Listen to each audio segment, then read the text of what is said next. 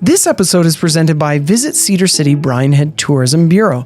Discover the art of adventure at Utah's gateway to the parks. Cedar City is within a few hours' drive from 6 different national parks and monuments, and only 30 minutes from fresh snow at Bryan Head Resort. Check out visitcedarcity.com to plan your next trip.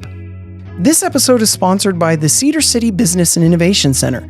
Dedicated to supporting local businesses and entrepreneurs, it provides resources and services aimed at fostering business creation, growth, and retention. To learn more and get involved, visit innovationcenter.cc. Hello and welcome to the Explore Local podcast presented by Visit Cedar City Bryan Head in partnership with Cedar City Iron County Economic Development, produced by Dallas Smith Media, and I'm your host, David Johnson. Okay, today we have Travis Humphreys, who is the owner of the Gold River Gallery, which is essentially a frame shop, but also an art gallery as well. Do you want to maybe explain a little bit more?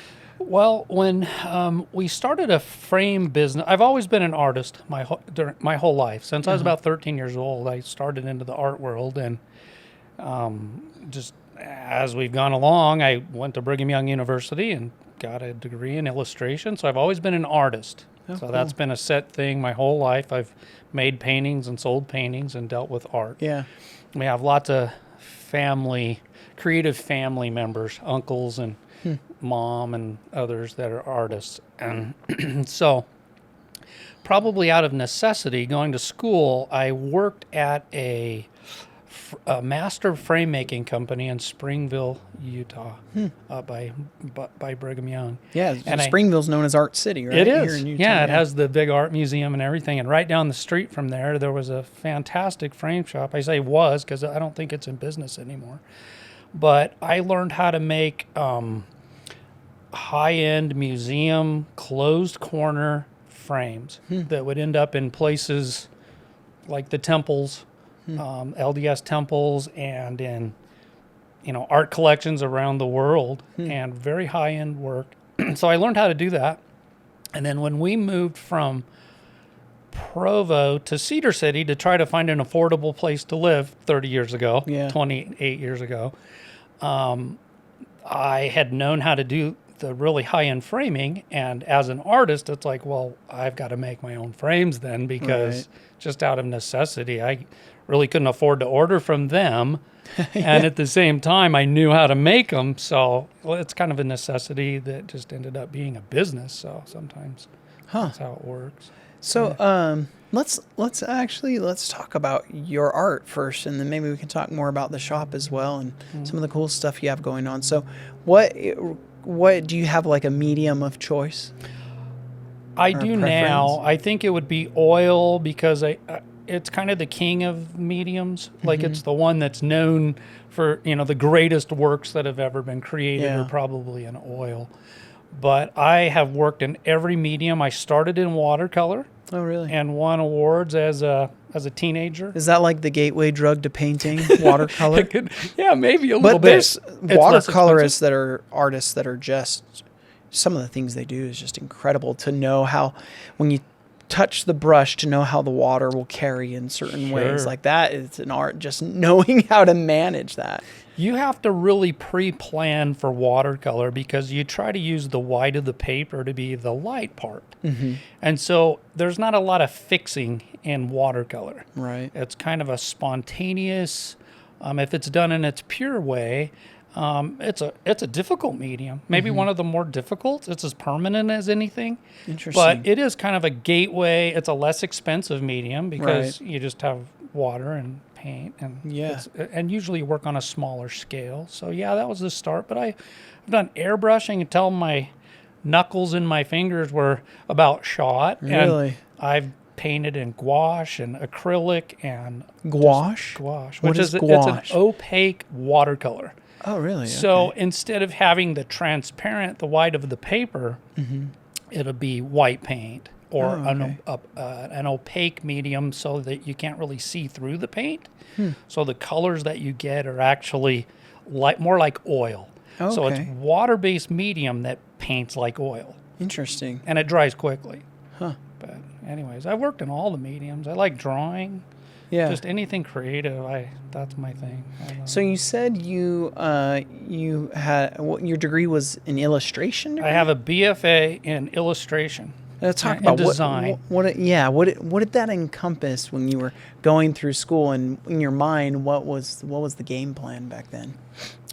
Well, my uncle was a watercolor artist, and I'd go to his shows as like a 15-year-old to different shows, and I watch him sell his paintings, and I thought, well, I love art, and I did art, and so I went to school to be an illustrator, because I like to do things representationally. Things, people should look like people, and houses should look like houses or whatever. And so I went to school, and illustration fit me. It was more design oriented versus the fine art department, which was more about, I would say, feeling than more about academically learning how to paint accurately. So at BYU at that time, it was a little bit better, and there was a little bit of a war going on between the design department and the fine art department. Interesting. Because one was more free-spirited and one was more controlled, and the design department and illustrators were the artists that were planning to make money with their craft and with their skill, and the fine art was more, hopefully it works out. Yeah, you know. Interesting. So I chose that, and my teachers were people like Robert Barrett and Richard Hull, and they all illustrated books. Greg Olson was a guest teacher, and I watched their success and thought, I kind of want to be like some of these guys and learn how to do what they do. And so that's what my degree is. So in addition to the mediums, what are there certain styles you like? And maybe that has evolved over time. So I mean, it's pretty typical, and I'm using a very layman comparison, but when most kids are kids, when they first paint, it's watercolors. When they first draw, it's pencil. When they first color in a drawing, it's colored pencil or crayon, right? And so, and some people actually really take off with those. Some people evolve. So and some people are really into, and when you're a kid, a lot of kids, like to draw cartoons and things like that. And Muscle Man. Yeah. So how has that evolved for you? Like you said, really, when you were 13, where were you starting? Were you just drawing Charlie Brown, or were you out there drawing like pictures of landscapes? What were you doing? I was landscapes a little bit, because I was influenced a lot by my uncle. I could see how he was really successful, and that's what he did as a profession.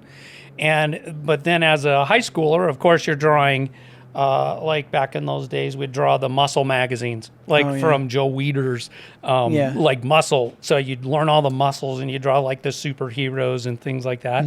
But I was probably a real conservative kid, because I was always in the landscape growing up in rural Idaho and Arizona. We never really lived in a city. And so I was always in tune with like animals and outdoors, and love fishing from an early age. And so I have some of my high school work, and it's funny because it was creatures that I made up, and just the typical stuff that kids draw and create, right? Yeah, you would not think I was the same personality, but it did evolve, because you think, well, you can sell a picture of some goofy character to your friend or buddy in high school for $20, but at some point you really want to sell your art for more than that, so you can provide for a family. So you got to maybe be aware of the market a little bit, which I was, and I watched what was selling and who was selling it, and I had mentors and people in my life that were doing their art for a living, so I kind of followed along with what they did. Yeah. It's interesting to hear you say that, because growing up, I guess I was kind of a jack of all trades. I always wanted to be kind of like the classic Renaissance man that, could be good a little bit at everything. You know what I mean? And I loved the arts. I loved sports, but I loved the arts, and probably my favorite was actually drawing. But it's interesting to hear you talk about, even at a younger age and in college, looking at it as, how do you make this a career? And it sounds like maybe you had some examples of from others to know how to do that. But I remember when I was a kid, my constant thought was, there's no way I can make money doing this. I remember this will be a good question for you too. I remember the first time that I drew something seriously, where I was probably, I don't know, I was probably 7, and my mom had gotten some flowers and put it in this little vase, whatever you prefer to say, however fancy we want to hold our pinkies up. And I remember it was just like a couple flowers. I don't remember if it was like a carnation or what they were, but I remember the baby's breath. And I remember drawing this little, it was the vase was ornate, and it was one of those skinny ones, and it had like the diamond crystal, it was like crystal, and it had the little diamond patterns. And I remember as this young little kid drawing those little patterns, getting the baby's breath in. And I actually still have that drawing, ironically. Awesome. And I've kept most of them. And I progressed through the years. And I would take drawing classes here and there. But I was always just, and I've mentioned this on the podcast before because I love doing the interviews with people from the arts. But I was just so practical. I thought, I can never do anything with this.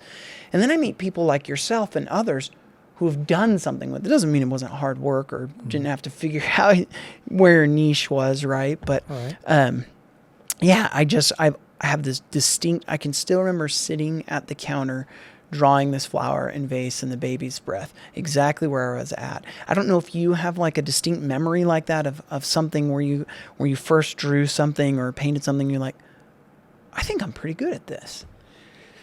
I think it would be towards my, probably my senior year in high school.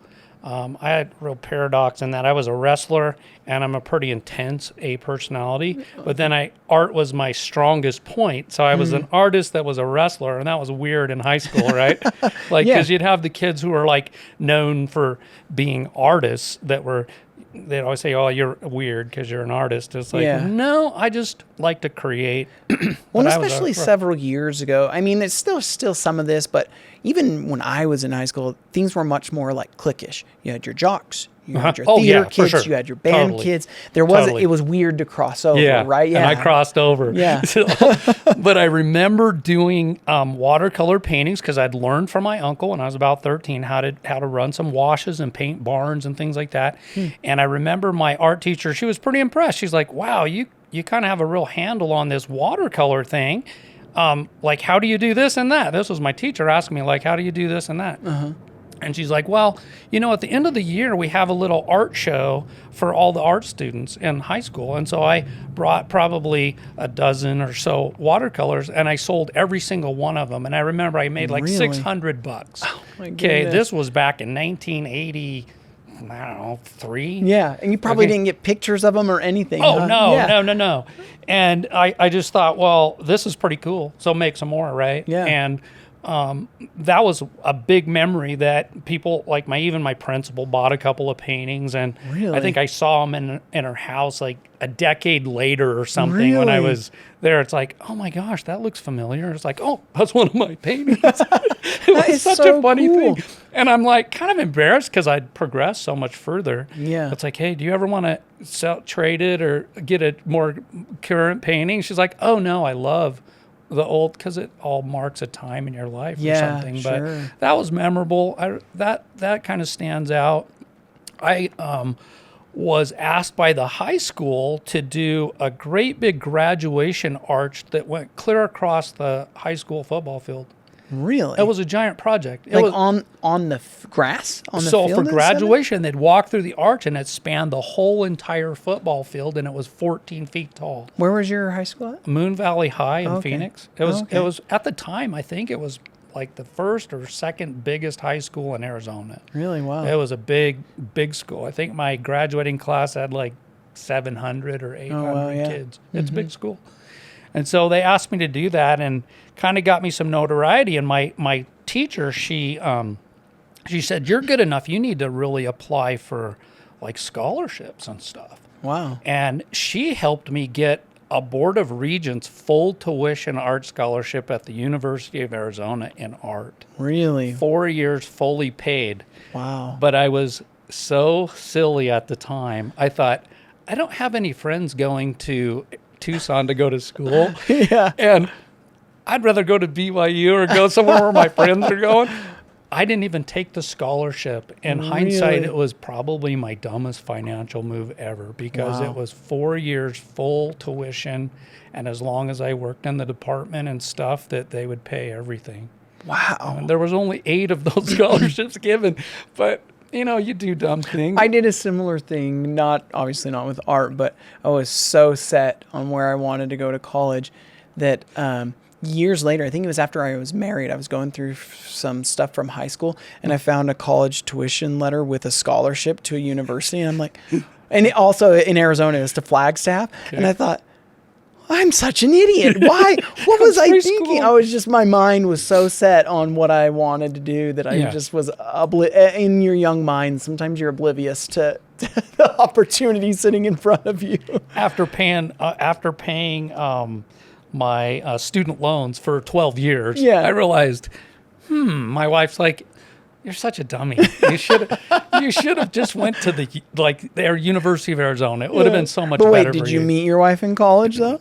No, I knew my wife from when she was 14 years old. I met so her you when we guys already moved knew each into other. our church ward. She was there, and she was one of my sister's good friends. And long story short, she waited for me a little bit on my mission. She had a boyfriend when I got back, but she waited for me. We ended up getting married. She was just my high school sweetheart. That's awesome. 38 years now. Oh, that's great. So you passed up this incredible scholarship, but it sounds like things have still worked out pretty good. BYU gave me, I got some talent awards there, but they were a little more stingy in the design department. They paid for books and things like that. And then I took my portfolio up to BYU, and they're like, oh, goodness, you don't have to do any of the any of the first 2 years of art school at all. Wow. You can pass totally out of that. And then because I went to Brazil on a mission and spoke Portuguese, I didn't have to take a lot of math. At the time, they let you use your linguistics to not take math, which was great for me because I'm not the best mathematician. And so BYU worked out great. I was top of my class and got good grades and everything. And when I first went there, I don't think I could get into it now, but back in those days, they gave you a shot, and I thought, well, I can pull this off. You just have to work hard instead of being super smart, and I did work hard. Well, okay, tell me about let's dive into a couple random things actually. Okay. What is probably your most frustrating medium to work with?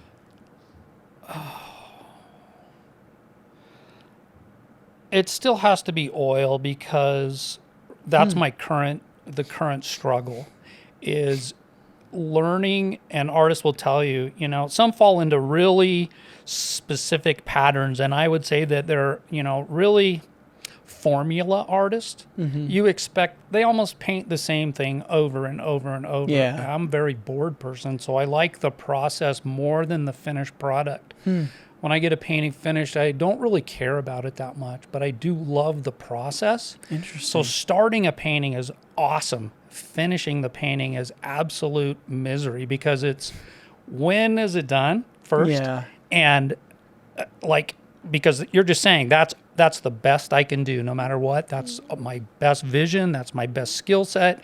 All put into it's done, sign it, it's finished. That's hard to make that call because I can look at my painting a couple days later and see things. I feel like I'm growing exponentially now where every time I sit down, I'm better than I was the time before. Yeah. So that is the giant struggle now is getting good enough to where your art is obviously going to last the test of time, but you've grown past that amateur version. You really are confident. I compare it to music maybe a little bit, where when you play a song and you're going to play a concerto or something, you don't miss a note, and that's hard to do. Yeah. So. Do you think some of that, you talked about enjoying the process, but the finishing is frustrating. Do you think some of that is, you mentioned type A, do you think some of that's perfectionism? A little bit. You're like, oh, I could do this a little bit better or a little bit different. I tell people it's I know too much for my own good because I've been in art and looked at art my whole life. And I've been to the great museums around the world, and I've seen some of the greatest paintings that have ever been created up close, and I've looked at them close, and I just think, wow, to be that good, it's always in the back of my mind. If you're ever going to be really, really great, you have to push harder. You have to study harder. You have to draw better. You have to look closer. You have to mix your colors better. You got to have your edges right. And you've got to communicate what you intended to communicate in this painting. I mean, you want to pluck people's heartstrings. You want to leave them with a memory that they can't forget, right? Yeah, yeah. And that's hard to do. And that pressure is always there. Yeah. So one of my things when not even just as a kid, I never was able to take like a painting class. So I never really figured out how to, because I did pencil drawings, and I knew that could convert into painting, but I never knew how to do that on my own, if that makes sense. Right. I just didn't have anyone to teach me that skill. And I remember multiple times trying, and I'd do this really great drawing, and I'd try to add color, and I would just completely botch it up, and I'd be like, that was such a great drawing. What did I do with it? And so I'm actually really curious on, with your paintings, you obviously you sketch it out, but, and forgive me for the really layman, and it's not only for myself, but for those listening. Is it like you sketch it out and it's almost paint by number and you fill in the blanks and then add the texture and stuff? Or is the sketch just really rough?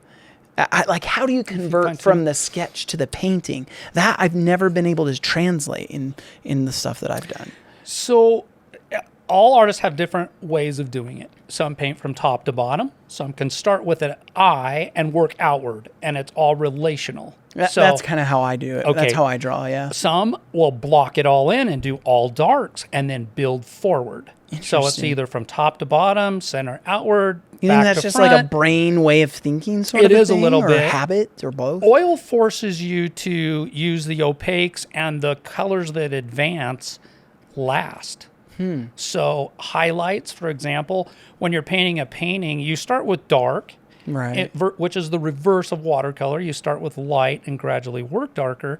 Oil's the opposite. You will start with dark and gradually build up until you have the highlights, and your final thing is maybe the highlight on the eyeball. You put the little dot of white, and it's like, wow, okay, it's done, right? Yeah. Is Girl with a Pearl Earring, that painting, is that's oil, right? It is. Yeah. And Yeah.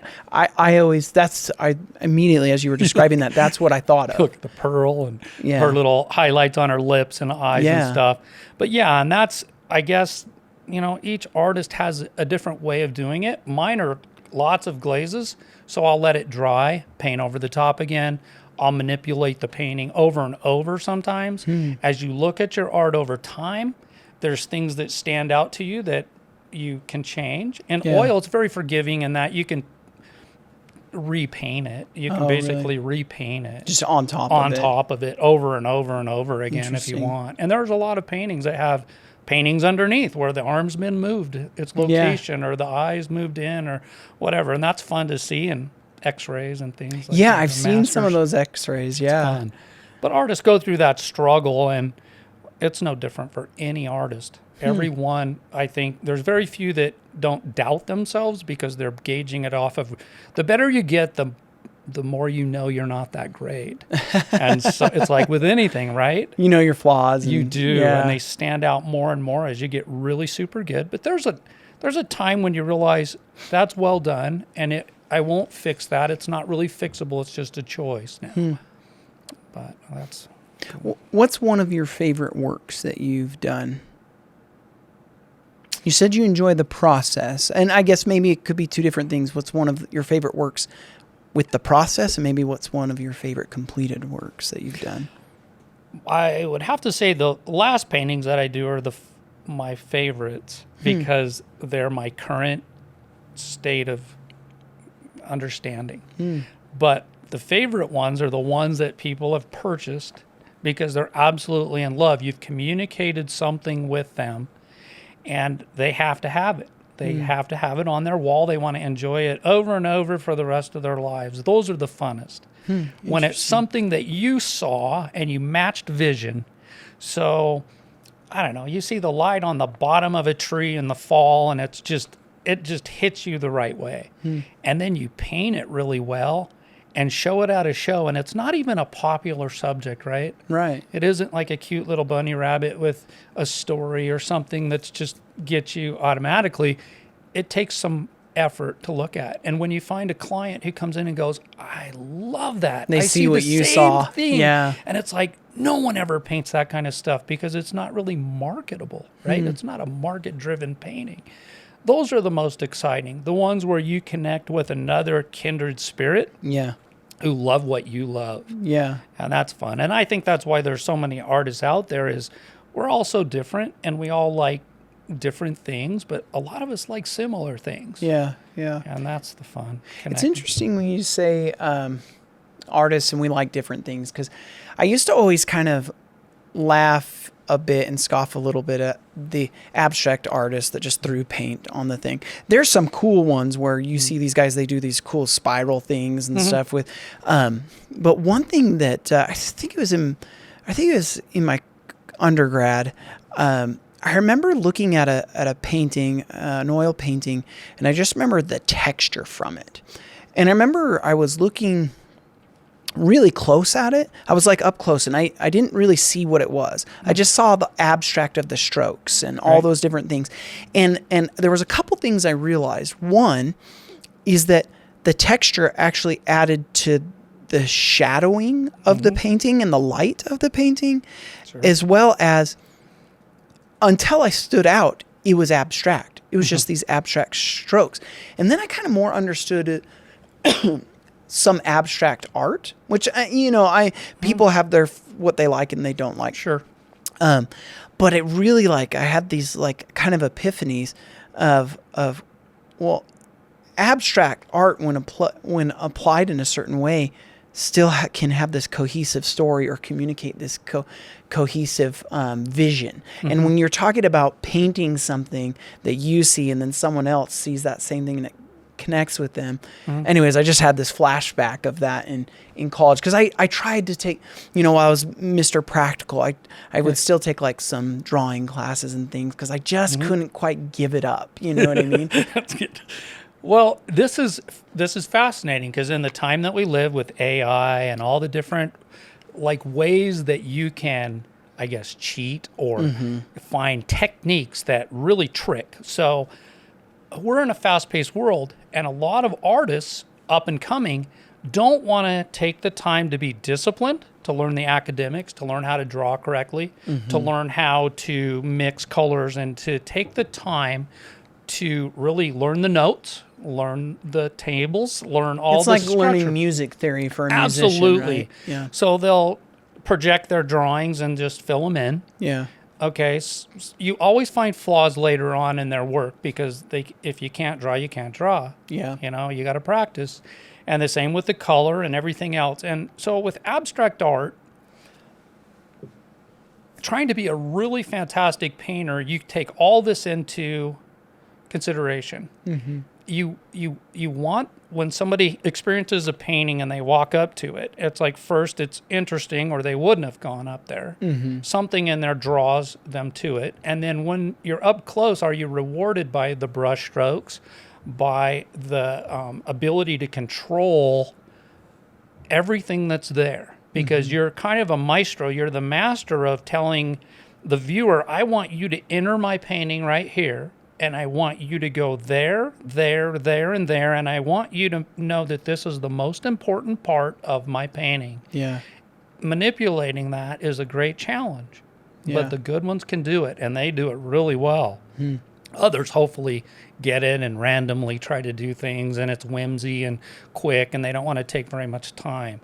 But for the connoisseur, for the one who's been a little bit more seasoned in art and really knows what they're looking at, they require more. I would say the first incoming collectors are attracted to things that make sense to them. But as you get more and as you see more and more art, you get a lot more picky, and not everything is good to you anymore. Yeah. I used to go into art galleries in Jackson Hole as a kid, and every painting was mind-blowing. Yeah. Wow, how'd you do this and how'd you do that? Now I go into, if I went to Jackson, I'll only go into 2 galleries because the rest aren't worth visiting for me. You've become very diva about it. Super. And in those 2 galleries, there'll be only 2 artists that can even pluck anything and make me excited over their art. That's interesting. And it may not even be one they hit on that week or that year or Yeah. something. That's how picky it gets. And so now it's like, I'm a snob as far as like the art world's concerned, because I can tell you what a good painting is. Yeah. And I can tell you why the painting's not good. Yeah. And it's not just opinion, but there's structures and parts that say, you know, like in English or math or other things, there's rights and wrongs to a lot of it. And in the art world, nobody wants those parameters, but they do exist. It's interesting to hear you say some of these things, because I'm thinking of these parallels with kind of my profession. I speak a lot. I go speak at things, and there's 2 things that you made me think of. I'm way too critical when I see other people speaking, because I'm like, oh, they really should have structured it this way, yada yada yada, or they should have like ended it with this instead of starting with it, and then. Right. But at the same time, like you were saying about being critical of yourself, I'll listen to myself speak and I'll be like, oh, what was I doing? I should know better. I tell people, like with the podcast, for example, I'll go back and re-listen. And people are like, you go and re-listen? I'm like, yeah, for me, it's like watching your plays, like rewatching sports plays to see what you were doing and what you should have done better, right? Sure. Like, how do you restructure it? And as an artist, it's very much the same way. It's the same.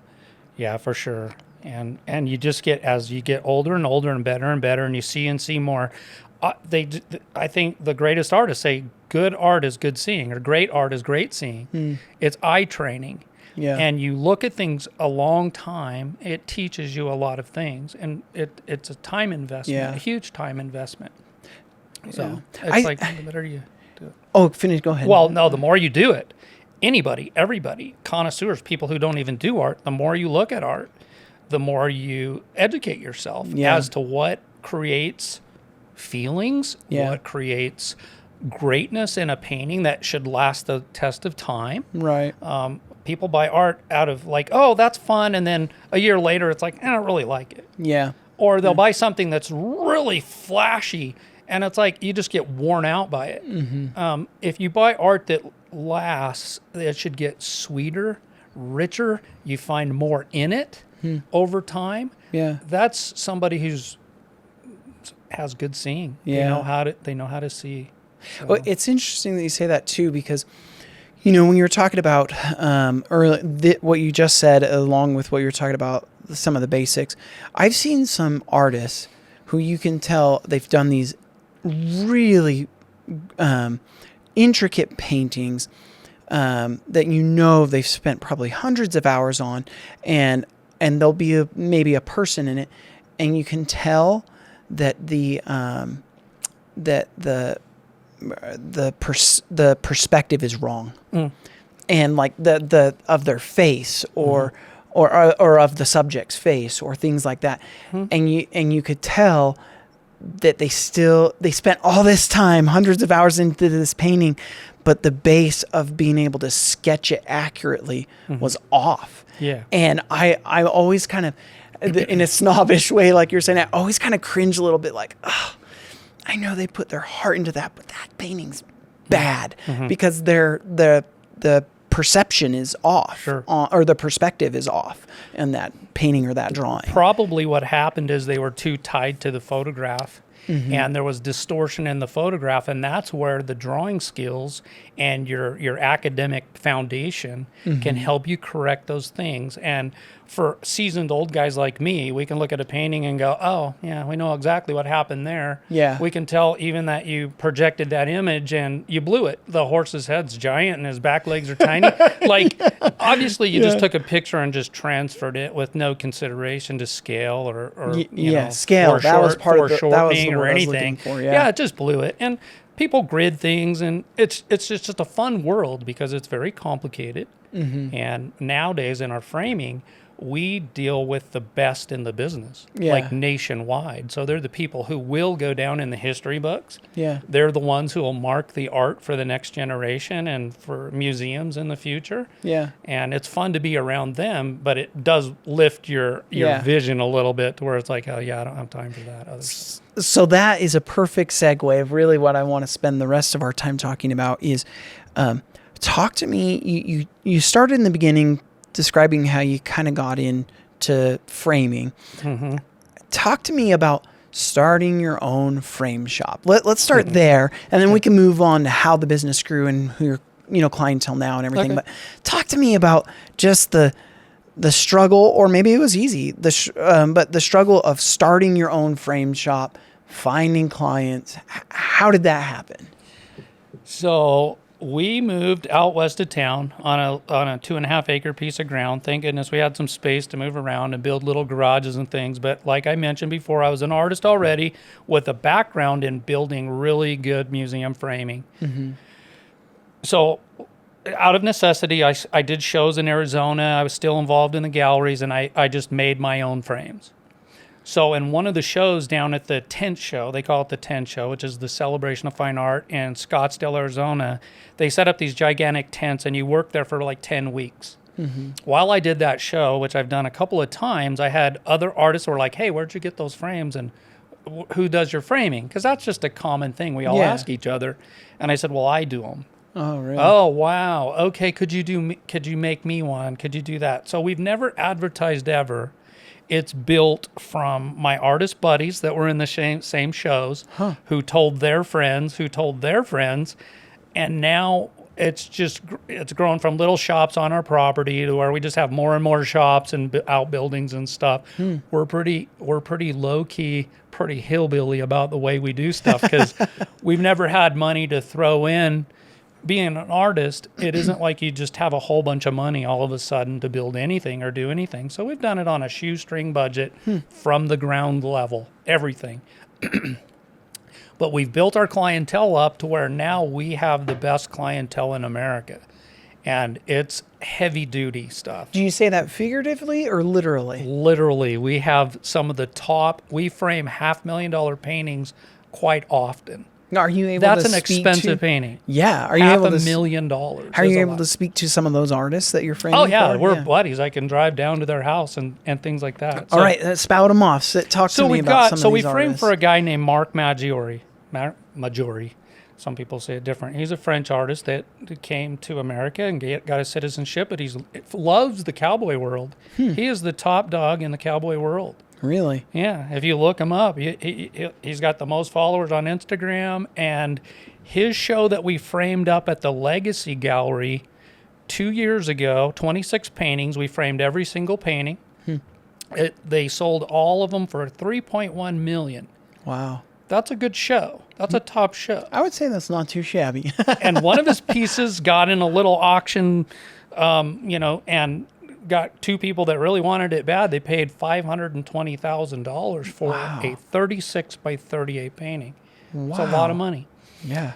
And since we framed a lot of other things for him and other artists where our frames are ending up now in like Washington, D.C. and some of the big buildings and collections that we aren't even know, like we just know who we're framing for, say at the Preda West in Oklahoma City.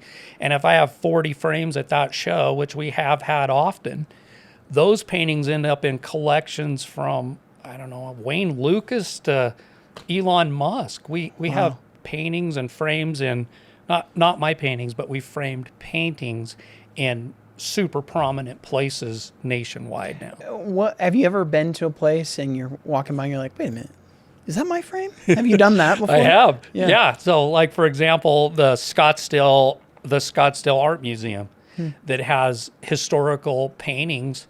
I was in there once, and I think one of the dealers or somebody who worked in their curator asked me, well, so do you have any examples of your frames? And I was kind of smiling because I said, let's go through your museum so I can show you all of them. And I had over 20 frames in his museum. Wow. And he's like, wow, I didn't realize so now I know who you are. Yeah. And I did that at another gallery in Tucson. Very prominent guy. He has the Maynard Dixon Museum. And one day I was in there as an artist delivering for an artist, and and Mark, he said, so do you have samples of your work? And I said, well, let's go through your gallery. Yeah. Okay. And I showed him over 30 frames that were hanging on his wall. And the funny thing is I showed him like 6 that he didn't even know that it was me who he had ordered from. Really? That were on his Maynard Dixon originals in his museum. Wow. So now it's kind of fun because the Maynard Dixon Museum down in Tucson, if you go in there, I think I have over 20 frames in the museum of historically famous pieces, like $1 million paintings. That's awesome. And some of the more famous drawings that Maynard Dixon ever did, I got to frame those. Yeah. So that's kind of my claim to fame is through the framing, as I frame some significant famous artworks that will go down in history. What's maybe one of the coolest places your frame or paintings are at? Let's see. I think we have a frame in Hawaii that's by the most famous Hawaiian painter that's ever lived, and I think it's in the Hilton foyer. I think we have a frame that's in the CIA building. Oh, wow. I don't know exactly where it's placed. It's top secret. Top secret. They move things around. Yeah, so it's like, and it isn't because of us, it's because of the artists that we frame for that are very prominent artists. And we're hoping this year, and this is just kind of a little bit of a rumor, but maybe it'll happen. This artist that we frame for is trying to get a painting in the White House and also in the Vatican. So that's what I was wondering, if you had something like in the Vatican. We may get there this year. That is so it's cool. possible because of what the painting is and who wants to purchase it. So that would be super cool. Yeah. We do have lots of frames in we have them in LDS temples because we frame for people like Del Parson or other prominent LDS artists. And we don't know what temples they end up in, but because they do, or aim for temples, they do end up in there. And so that's pretty common kind of in fun. LDS culture to have framed paintings in temples and buildings and things like that. Are there other faith-based organizations like that are prominent, or even art organizations or educational entities, or are there other types of entities like that are just that really are big clients to? For us, we almost always frame through the artist, but there are quite a few prominent auction houses that are aware of us. So they might tell the client, please have Gold River Frames, like put a real gold frame on that painting. So when it comes up for auction, it gets maximum, purchase price. Oh, that's interesting. I know our works are in lots of museums, like the Preta West or the Cowboy Hall of Fame Museum in Oklahoma City. We have done some fun commission frames for artists that have art in famous restaurants. So like a cool. Cattleman's restaurant, for example, in Fort Worth, Texas. And just they're big paintings, like 16 feet long by 4 feet tall or whatever. We just get to do fun projects that we do one-of-a-kind frames all the time that are designed for paintings that may even have like the title and the banner part of the frame. Yeah. Everything's just really hand done and done in the old school way. So we're kind of sought after when it comes to making a one-of-a-kind frame. Yeah. So what are some of your most prominent materials when you make your frame? So all of our frames are made out of basswood, which is a very light, but it's considered a hardwood, American linwood. So more durable, It's durable, but it's lightweight, and it doesn't have grain or knots for the most part, so you can carve it, and it carves a lot easier than any other carving would. So when my sons are carving, it's just easier to put designs into the wood. Interesting. And then there's a lot of processes before the 23 karat gold actually goes on the frame. Not 24, just one shy? One shy, because pure gold isn't quite as strong. It doesn't hold together quite as well as adding a little bit of silver or copper. Is it too soft? Is it's that what a little you're saying? too soft. Oh, yeah. okay. And so they always add just a little bit. So 23 carats, the maximum gold that we use, and then 22. Those are kind of industry standards for water gilding genuine gold onto a frame. And then, of course, you can use anything from 12, 13, all the different colors of gold. Sure. And so we use all of them, including hand-tinted real silver. Like, we have all kinds of fun things. And brass leaf. When you're carving the frames, like different designs, do you have specific machines? Is it just like hand, or is it automated? Like, No, how do it's you hand done. So they'll be drawn, and like we don't you get like into pencil draw on? Yeah, we do, and we'll make stencils out of unique clear material, vinyl, so we can repeat it. But The frame's an art in itself. It's very much, yeah, and we get that. That's one of the statements we hear a lot is like, "Wow, your frame is like a masterpiece," or it's just so beautiful that it's you put so much effort into it. Like it probably took as much as the art, and it's like I would have to say yes in some cases. Yeah, if you've got a fast piece, like sketch or something, our frames probably take longer. But we don't carve like the Europeans. They're very developed, and they've been carving for years and years, and we aren't extreme relief carving. So you'll see gaudy frames like in France or England or something, and you'll go, wow, look at all that ornate stuff. Yeah. That's not our forte. Okay. We are very Southwestern and Western Americana oriented. So my designs and our designs are very fitting for the desert Southwest because most of our clients are heavy there. Paintings of where we live, and Vermilion Cliffs or Grand Canyon or Zion or whatever. So what do you do for the clientele that's not in that? We'll still make the traditional style frames where you can use composite ornamentation, which steams, and you put it in the corners to hide the seams. I see what you're saying. Yeah. Yeah, and we'll do that, or we'll use a contemporary styling. I mean, if you're just building a black boxy frame, that's a walk in the park for us. But we can make literally to spec. If somebody goes, I want this, okay. Yeah. We have a milling shop, so we make our own shapes. We carve everything. It takes about 50 different steps to get the frame totally finished. We use real shellac, which is a commodity from India. We order our gold weekly from New York City, it changes price based on the real world of gold.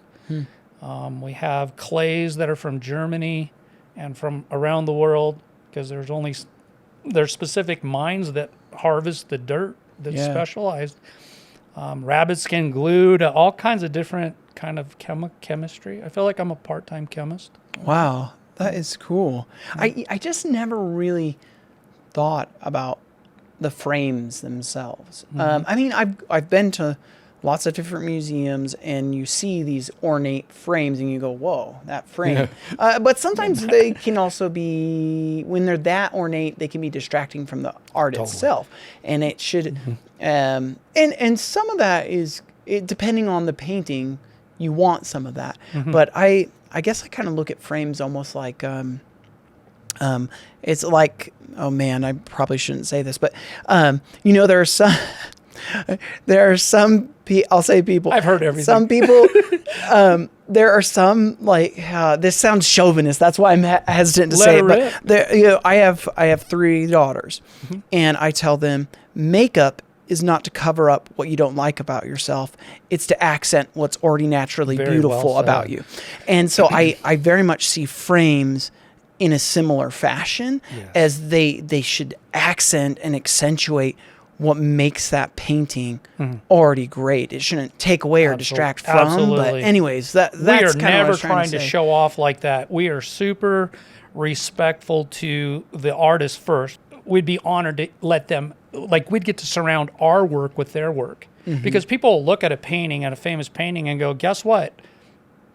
There was an artist who surrounded that work, that artist allowed them to design for them. Yeah. And you're paired for history. Yeah, it's so cool. You really do want paintings that are originally framed by the artist because that's their vision. And so we try to help because artists don't even know. Yeah.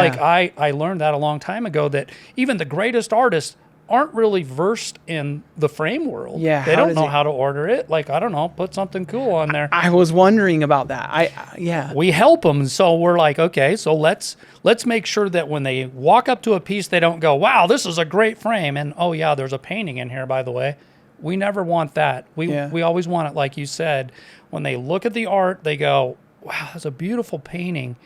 And the frame doesn't take anything away from it. Mm-hmm. Because a lot of artists, they'll do a nice piece and then they just shoot themselves in the foot right at the end. They trip at the finish line every time and throw on like some really super inexpensive thing that it was an afterthought. Yeah. Oh yeah, I have to frame this dumb thing. Yeah. That's what it feels like to me. Yeah. And so never do that. We've changed dozens and dozens of artist careers in that we've helped them present their work, their tour de force effort in a way that actually helps them win. And that's probably my greatest happiness, is that we've helped artists do what they've wanted to do for real. Yeah. Because the presentation's fantastic. I'll have to ask one of my buddies. So I have a friend that I worked with when I was up north, and I think his title was actually our park superintendent for the city that I worked for. And I remember going through City Hall, and there were these really beautiful landscape paintings, and in City Hall and a couple different buildings.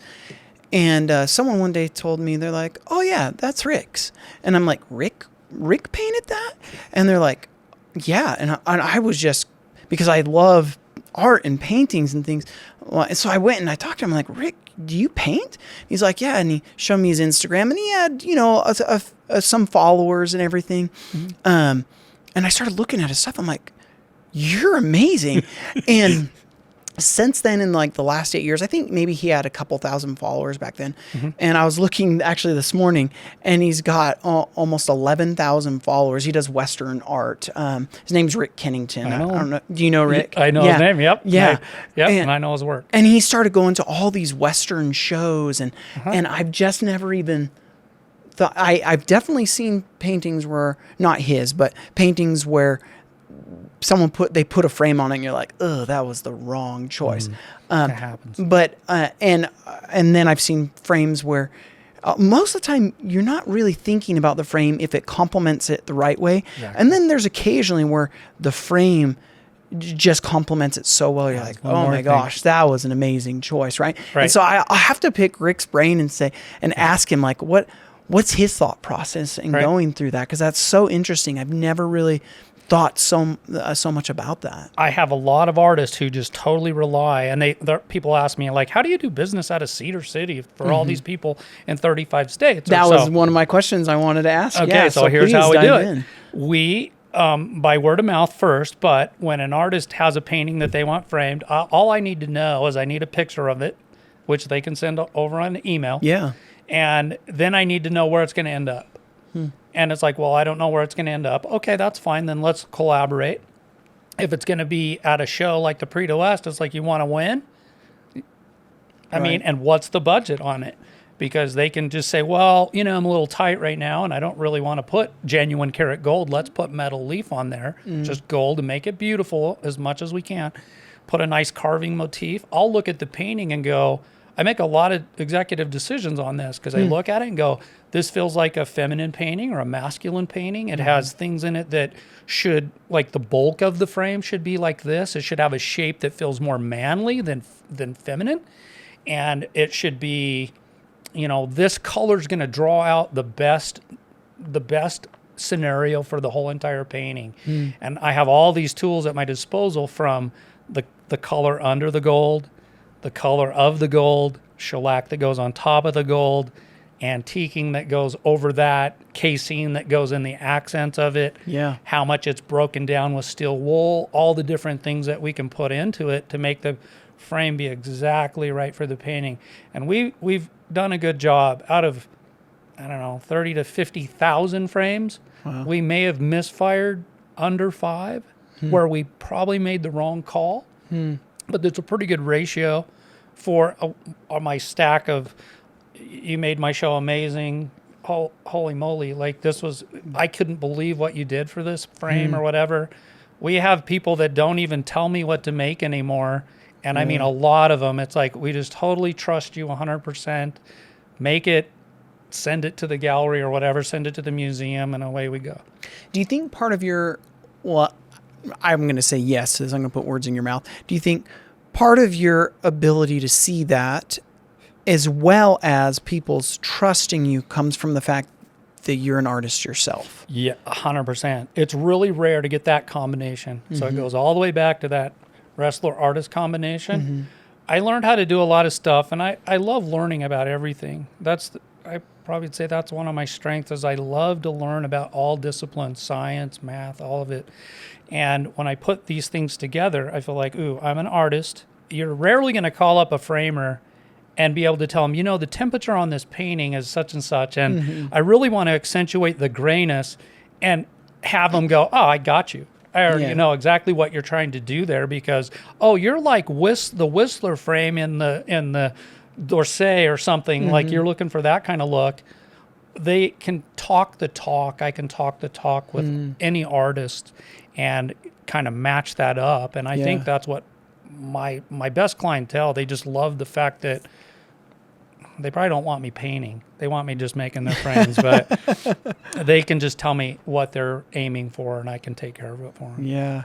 Well, I went into the gallery, I don't know, a couple weeks ago or whatever, and I was looking around, and I saw in the back there was painting going on. Is that you? Yeah, just me. Is that your mess back? Yeah, that's my studio in the back. Yeah. So my goal is to live there. The front of the studio is beautiful. I joked making a mess, but it is messy when you're. Yeah, no, there's stuff everywhere, and I keep a lot of stuff going. I don't mean your studio's messy. I mean art and painting can be messy. But no, I think I'm a pretty clean, kind of organized down there, because I do expect. I want people to walk all the way through my studio. Yeah. You know, if they need to touch the paint or something, go for it. I love it. Yeah. You know, and we want people to not be intimidated by the art world. Yeah. A lot of times you can go to a gallery in some, big city, and it makes me nervous. Yeah. I walk in and it's like, well, I'm going to be judged or something, right? Oh, yeah. Or are they going to look at me and say, oh, this guy's not a buyer because he doesn't wear the right shoes? I don't want that to be the case here in Cedar City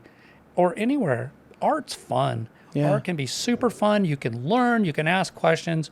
We are no pressure art sales. We we'll help people find something if they're looking for something. We can have the artists in our gallery do commissions. Yeah. But we try to just make it a fun experience for everybody. So art doesn't have to be intimidating. And then when you go to the big galleries and stuff, after you've talked to me and been around our art gallery, you'll know not to be intimidated. You'll know what to say, what to do, what to look for, who to talk to if you want to. It makes it funner. It's interesting that you say that too, because one of my what do they call it? Where you have like a love of a song that you're too embarrassed to tell people about. I don't know, secret indulgence. I don't know what it is, but one of the things that I love about oil paintings, I don't do it at the Smithsonian or other places, only with permission, but because of the texture, I love the way the texture plays with the lighting. I also like to feel the texture on some of them. And I know that's not necessarily good, but we all there's want to something about it that just, when you see a print of a painting, it's like, oh, that's great. But when you can see that texture, it's like it's more experiential for me. Yeah. To kind of touch and feel that, and having not painting, but having done art type things, drawing and things like that. There's something about having your hands in there that. It's what you were talking about, like the process. It helps you almost feel like you're part of that process. There's the spirit in a painting, and it's probably hard to describe, but the human hand actually touched that. Yeah. And they went through the struggle, and they went through everything. I'm not a proponent of selling prints. I feel like prints are for $1 million paintings that aren't accessible, but you just got to have that image. It does something for you. Sure. But I say, for most people that are like maybe thinking, maybe I could be an art collector. I like art.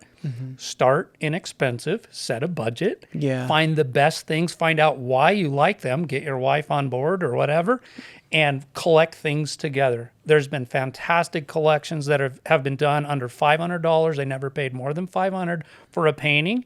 It's easy to have a great collection if you have infinite money. Sure. It's easy. Yeah. You just need a good consultant so you don't But you don't blow have it. to be rich to enjoy art. You do is what not. You're saying. Yeah. But try to buy original art by artists so that you can support them in their way of trying to be better and in their communication. Find the ones that, I guess, resonate with you.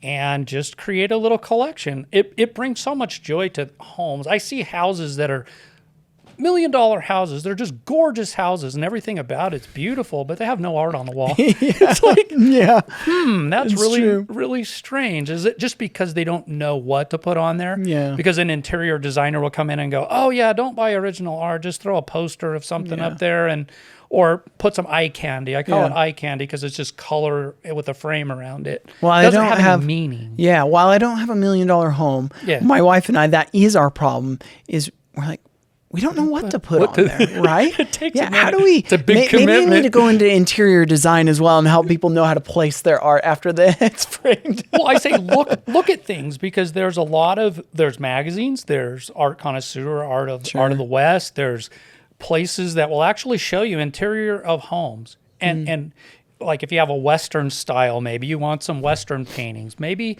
you have ancestry that have been pioneers. Tell the pioneer story. Maybe you like still lifes because you just like flowers all year. Collect some small still lifes. It's just fun because throughout your house you can have, my kids are all have been around art their whole life. Sure. If we took all the paintings out of our house, they would think something's horribly wrong. They would feel like it's sterile and has no character anymore. So I love that about my kids because they all love art and they want all their homes to have art in it. And no, it doesn't have to be perfectly lined up and it doesn't have to all be framed exactly the same. Collect art through your life so that over time you have stories that define your journey, right? I see people who build beautiful homes and have an interior designer come in and put the art on the wall. It has nothing to do with the people in it. Yeah. And I'm like, wait, why didn't you put nice paintings of things that you have experienced? Like maybe you like to boat on Lake Powell and you're a water skier. Yeah. Collect some paintings of Lake Powell. Yeah. Or collect something else that's sports related. You can do, there's every kind of art out there. You just have to look a little bit. And it's easy. We where we were living before, we lived on a mountain, and we had we would have people come out all the time, and we loved the property. And while we love living here in Cedar, we were really sad to leave that property just because we fell in love with the land itself. Sure. And my brother, his mother-in-law, did a little watercolor painting. It's probably like 8x7 or something, 9x7, and it's small, but it's of our wood fence line with the mountain in the back, and we love that painting. And when you were talking about not just putting something plain or just like what an interior designer would do, it made me think. What you're saying, and I'm putting lots of words in your mouth, is treat these paintings almost like family photos. They are like family. What stories do you want to tell on your walls? And I love that because that's what I think of when I think of that painting, and I love that painting just because of all. It brings the nostalgia of my love for that land and all the memories, good and bad, in the snow living at that place. But yeah, it just tells that story. Well, as we wrap up here, one thing I want to point out is your shop, the Gold River Gallery. It's actually in our historic downtown, our Main Street. Very close. Yeah, and so tell people the address where they can go see you physically, where online they can learn more about you, and you talked a little bit how to get into art, but tell them how they connect with you to find out whether they're an artist or someone looking to buy some art. Excellent. Okay, so the easiest way, if you're really super lazy and you just want to stay at home, you can just go online. Yeah. And my daughter's done it's a family business, by the way. Everything's family. Everybody's family. And we just want to be friends with everybody who loves art. But you can go on www.goldrivergallery.com. That's where you can go online and see what's in the gallery. Okay, that's the first thing. We have about 15 artists that are regional, or some of them are local, like Del Parson and Kenzie Kendrick. We have Ron Rencher and some other fantastic artists. These are artists that have, like, they've already won lots of awards and they know what they're doing. So they're solid collection. The next thing is if you're going to come visit us in person, which we really love, and we're right next to Whittlesticks.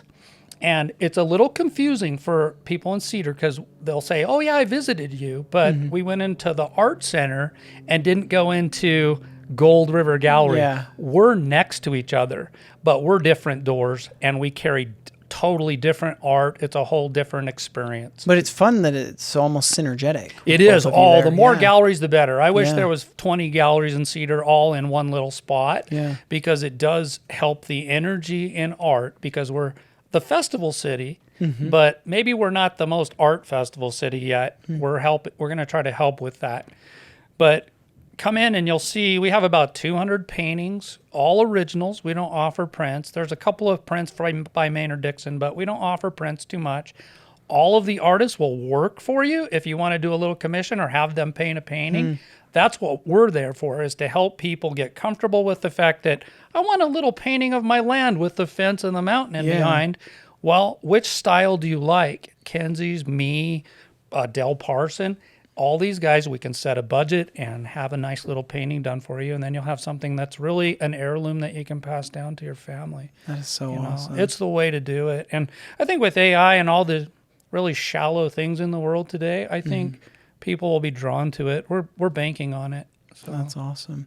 Well, Travis Humphrey, owner and founder of Gold River Gallery, so grateful to have you on the podcast today. Just talk art, and hopefully we'll be able to talk more in the future. Awesome. Thanks.